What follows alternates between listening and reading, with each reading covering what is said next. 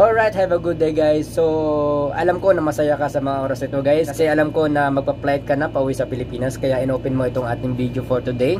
So, I know na kailangan mo din ang One Health Pass. Congratulates sa pag na ikaw po ay makakauwi na sa ating bansa, Pilipinas. So, ayan, I want to tackle guys kung paano mag-register sa ating One Health Pass. So, wag na po nating patagalin. Let's go guys!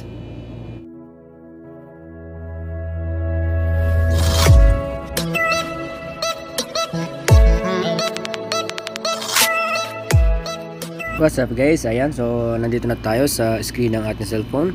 So first of all, going to Google. Ayan, Google. Then dito po sa ating Google, type po natin One Health Pass. One Health Pass. Ayan, click natin One Health Pass. Ayan, ang i-click po natin dyan guys, itong https://www.onehealthpass. Ito muna taas. Yan po ang ating i-click guys. Ayan. So sabi dito, ayan, okay lang natin yan. Ang kawastuhan portion ay personal na data na pinundahan mo sa pamamagitan ng portal na ito ay iyong tanging responsibilidad. So ito okay natin, press okay. So kung mayroon ka nang nagawa before, pundit mo lang sa my profile. So now on ay magre-registered pa lang tayo guys. So ito, click natin dito sa register. Yan. Tingnan natin register. So nakalagay dito guys, are you currently at the airport to departure or you're departing today for the Philippines? So ngayon naman guys, wala pa tayo sa airport. So click natin yung no. Pwede kung nasa airport na tayo, kung sa on that spot na tayo gagawa at nasa airport tayo, pwede natin pindutin yes kasi pagkakaiba lang guys ay meron ka ng, pag nasa airport ka na ay meron ka ng seat number doon sa iyong QR code, na lalabas doon sa iyong QR code. But this time nandito ka pa sa bahay or nandito na wala ka pa sa airport, ay wala ka pa naman seat number, di ba?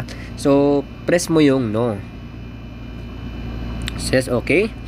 So yan guys, ito lalabas, arrow up natin, going down, okay. Oh, yan, personal profile. So, ito guys, fill up na lang natin to. Yung may mga asterisk na red, yung nakikita nyo, yan lang po yung ating ipi-fill up. So, let's start. Lagay dito, last name. So, let's say, Juan de la Cruz. So, Latin de la Cruz. De la Cruz. Okay. First name, Juan. Middle, mag-play ko sa C kasi ako Cleope. So C, yan. So birthday, for example, ang birthday niya ay let's just say 1989. Sa iba guys, nalilito, nilalagay nila agad nung number, pero but dito guys, yes, yung iba guys nalilito kasi nilalagyan agad nila ng month, date, year, so magkakamali sila doon. So but this time pindutin po nyo yung calendar, and then for example, pindutin po yung 1989. Kung for example ang birthday niya ay August, August po kalagyan natin, so lalabas siya. So yun age, so 32. Sa ating ating sex, so let's say Juan de la Cruz male. So civil status, let's say married, okay. Nationality, so pindot mo yan kung Pilipino ka or one. So tayo naman Pilipino tayo, so put natin Filipino, yan. So passport number, lagyan natin yung passport number, kailangan yan guys. P, for example yan, P 2, 3, 5, 6, let's say example lang to guys, ano, si Evan, yan, A, yan. So yan lang guys. So local numbers in the Philippines, so yan, pindutin natin guys yung local number natin sa Philippines. So for example 09 10 2, 3, 4, 5, 6, 7 4, 6, 8, 10, 11. Yan. For example, yan. Email. Kung email mo ay Juan de la Cruz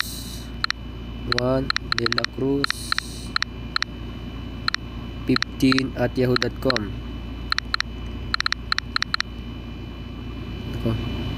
At gmail.com. Syempre, take note guys, yung Gmail po na nasa inyong cellphone, ayun po ang ilagay nyong Gmail sa inyong dito sa Pipilapan, kasi may message po itong One Health Pass sa inyong Gmail dun sa another portion na Pipilapan. So makikita nyo yan guys after this fill up. Okay, yung mga asterisk na red lang guys ang inyong ipifill up. For example, her name of name of next of kin, you know, or for example your wife or your mother or your father. Let's say your wife, Jolina, for example, Jolina Magtanggol, so De La Cruz, Jolina De La Cruz. Yan. So ilagay natin wife. Pasensya na guys kasi nag-a-appear siya doon sa cellphone ko, kasi nakapag-fill up na po ako nung aking One Health Pass, kaya nag-a-appear yung mga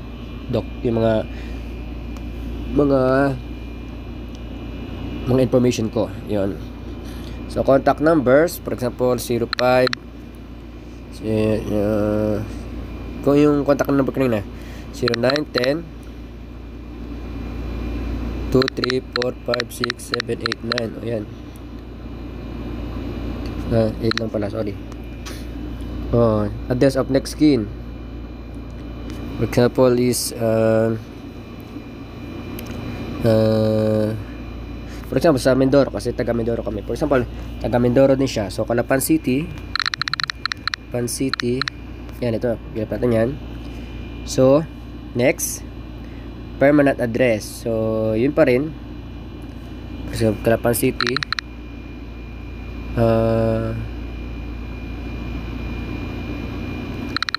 So sa permanent, and guys, so sa permanent address, for example, yung San Vicente. Okay. Street. Calapan City. Okay. Region for ang Mindoro, Oriental Mindoro ay sa Region 4B, yung Mimaropa. So municipality, Calapan City. Province, Oriental Mindoro. Municipality, Calapan, City of Calapan. Ayan guys, meron na rin siyang lumalabas na kung ano man yung details doon sa inyo, no? So barangay, for example, ang barangay mo ay barangay Biga, for example, sa Biga. Ayan. So i-fill up nyo lang to guys. Yan, click nyo yung box, then select type of port of entry in the Philippines. Piliin kung saan kayo darating sa Pilipinas. So syempre sa aeroplano tayo, so airport, paliparan. Hindi naman tayo sa dagat, di ba? Hindi man tayo dumaan sa barko, so, kaya airport. Arriving as passenger or crew. So syempre aircraft passenger ka. So country, territory of port of exit. Yan. So let's say dito sa Saudi Arabia galing. Saudi Arabia. Okay. City of port to exit. For example, dito sa Riyadh. Click mo lang Riyadh. Riyadh, Saudi Arabia. Okay. Next, ang next po dyan ay airport, seaport of arrival. Saan ka ba bababa or darating? So sa atin sa Pilipinas ay NAIA, for example, NAIA Terminal 1. Yan nga pala guys, ang One Health Pass nga pala guys ay mayroon ding mga terminal or may mga airport na ito ang kailangan. Like Terminal 1, kailangan ito ang One Health Pass. So sa Subic, hindi iba ata yung requirements nila sa Subic. So ito ay for NAIA lang. So NAIA or this other paliparan na required itong One Health Pass. So Pasay, Metro Manila. So airline. Anong airline mo? Philippine Airline. Syempre, for example, Philippine Airlines, Qatar Airways, or whatever na airplane na sasakyan mo. So, tayo po ay Philippine Airlines. Or kung ikaw sa Qatar Airways, o di Qatar Airways pindot mo, pero tayo Philippine Airlines. Date of departure. So, ayan.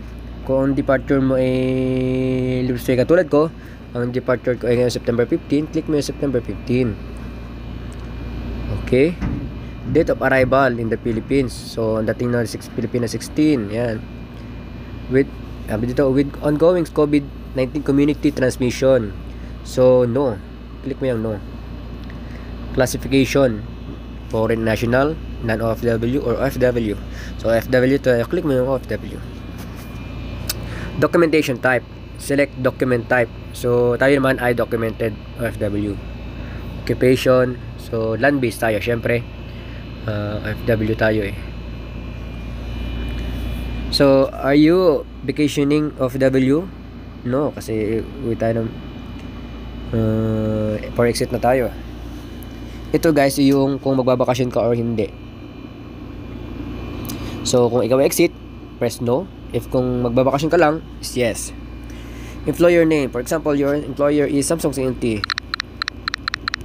Samsung C&T. Yan. You granted to any existing exemption? No. Vaccine information. Yan. Click mo yung mga yung information about your vaccine. Kung na-vaccine ka na ba o hindi. Kung syempre kung na-vaccine ka na, sa first dose mo, please yes. Ayan, lalabas na po dyan yung date of first dose. Let's say yung first dose mo ay March. Katulad ko, March ko din. March, let me say March 15. Okay? Name of vaccine. Let me say ang yung vaccine ay AstraZeneca. Okay? AstraZeneca. Batch of first dose. So, nilagay ko lang dito guys is 1. Na-allowed naman niya. Yung 1 lang na batch of first dose. Kasi chinecheck ko yung aking papers about my vaccine is wala naman siyang batch. So, nalagay ko naman yung 1 is na-load naman yung 1.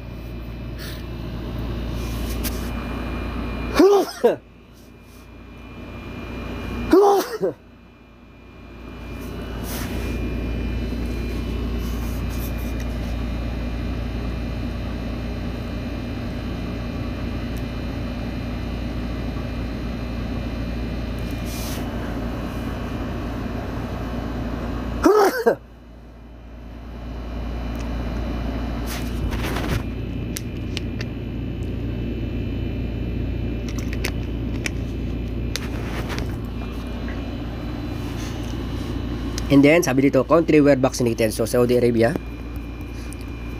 May mga option naman siya guys kung ano yung mga kaya hindi ka malilito. Sundan nyo lang po itong aking ginagawa sa mga nagre-register para hindi kayo magkamali. Yan. Okay. So, sa tulad sabi ko kanina, yung mga asterisk na red lang po yung ating fill upan. Yun lang po yung kailangan.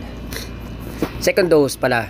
So, syempre, may second dose na po tayo. Mag-a-appear kasi ito guys doon sa email nyo. Kaya kailangan nyo fill upan siya. Kasi kung hindi, no, hindi siya mag-a-appear doon sa inyong email. Doon sa lalabas doon sa QR code, hindi siya mag-a-appear. So, basically, yes. Okay. Date of second dose. So, let's say nagpa-vaccine ka na second dose sa July 16 again. Okay. Name of vaccine, for example, is AstraZeneca ulit, okay? Oxford AstraZeneca. Batch of second dose. Lalagyan mo lang ulit guys yung 1. Kasi wala naman nakalagay doon kung anong batch. So, Saudi Arabia. Saudi Arabia. Okay. Okay.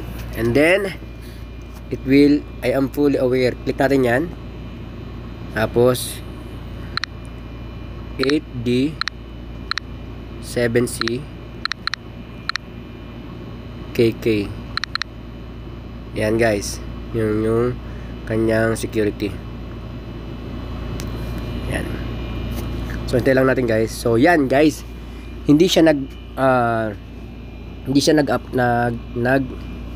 tawag ba dito? Success. Ibig sabihin may mali doon sa ginawa natin. So lalabas naman yan guys. May lalabas yung pula.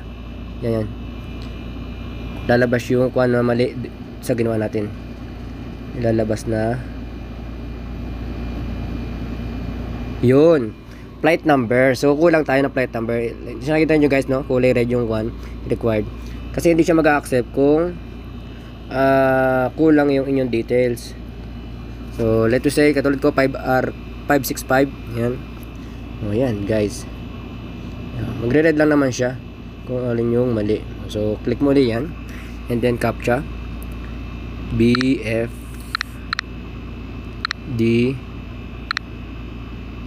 V7W. Okay.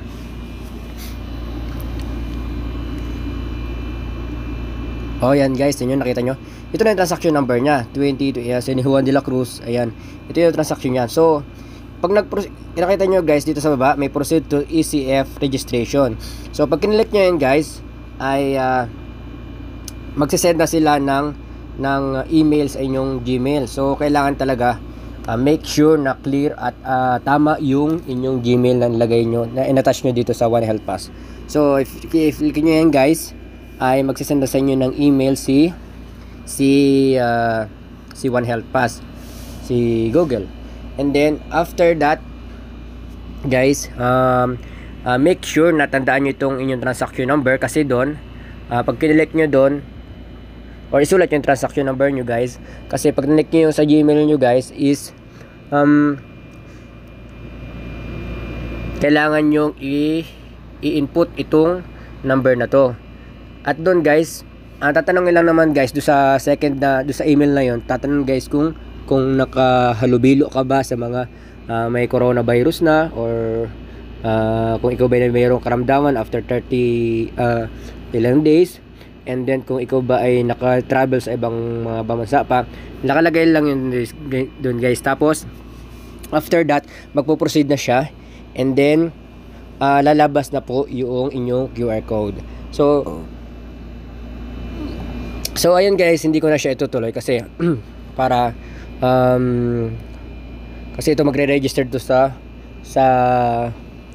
One Health Pass. So I try to explain very easy kung paano nyo po ma-register ang inyong One Health Pass. Once again guys, this One Health Pass is required po sa NAIA Terminal 1 kapag baba po kayo na NAIA Terminal 1. So I don't know if ano yung mga requirements kung sa ibang paliparan kayo bababa, like Subic or whatever na paliparan sa ating bansa. So ayun guys, hanggang dito na lang guys. And then after yun nga pala guys, after maglabas yung QR code nyo, is screenshot nyo siya guys, kasi yung screenshot yun yung ipapakita nyo sa pagdating sa Pilipinas para madali nilang ma-verify yung inyong information. So ayun lang guys, once again salamat po sa panonood ng ating video, salamat po sa pagsuporta sa ating video for today. Once again, thank you so much, bye bye. Peace.